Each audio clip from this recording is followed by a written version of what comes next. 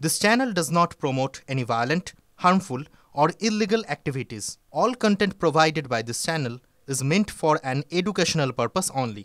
School service পরীক্ষায় সেরা সাফল্য মানেই oxygen books SSC gateway series. আগে আবেদনকারীদের এখনই ধরার উপায় নেই এসএসসির কাছে, তাই এসএসসি পোর্টালে যোগ্যতা সম্পন্ন যে কেউই আবেদন করতে পারবেন।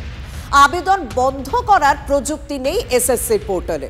আমার সঙ্গে রয়েছেন সহকর্মী সুমন মহাপাত্র। সুমন, আমরা দেখেছিলাম যে আদালতে প্রশ্নর মুখে বারবার পড়তে হয়েছে এসএসসিকে যে যারা দাগী অপরাধী তারা কেন অ্যাপ্লাই করবেন। তাহলে এসএসসি এক্ষেত্রে কি উপায় নিচ্ছে? যারা দাগী অপরাধী তারা কি মানে এবারে যোগ্য যারা তাদের সঙ্গেও অ্যাপ্লাই করছেন? এসএসসির বক্তব্য কি?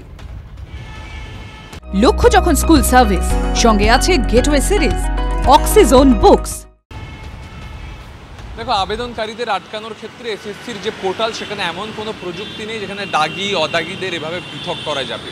তার কারণ তুমি জানো সবটাই কম্পিউটারাইজ এবং সেক্ষেত্রে একাধিক নামের অনেক ব্যক্তি থাকতে পারেন। ধরা যাক কোনো এক সুমন মহাপাত্র দাগি, কোনো এক সুমন মহাপাত্র অদাগী, এই দুজনকে আলাদা করার কোনো উপায় এসএসসির কাছে নেই।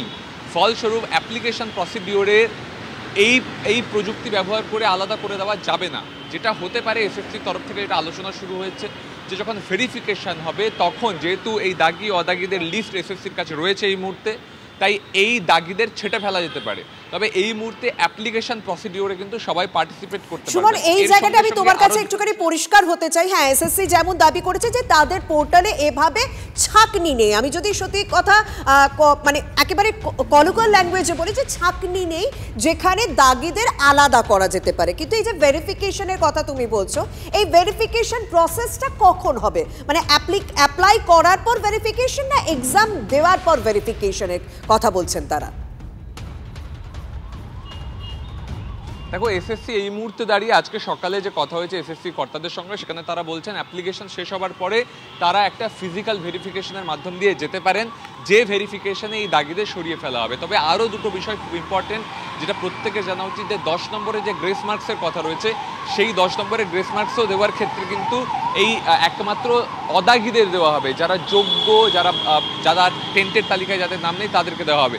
সেক্ষেত্রেও কিন্তু যেহেতু পুরো বিষয়টা কম্পিউটারাইজড, তাই তাদের নামের স্পেলিং, রোল নাম্বার এগুলো সব ঠিকঠাক করে লিখতে হবে, নাহলে কিন্তু আবার একটা জটিলতা তৈরি হবে। তার সঙ্গে সঙ্গে এখনো পর্যন্ত এসএসসির পোর্টালে আবেদনপত্র জমা পড়েছে মাত্র 3.5 লক্ষ।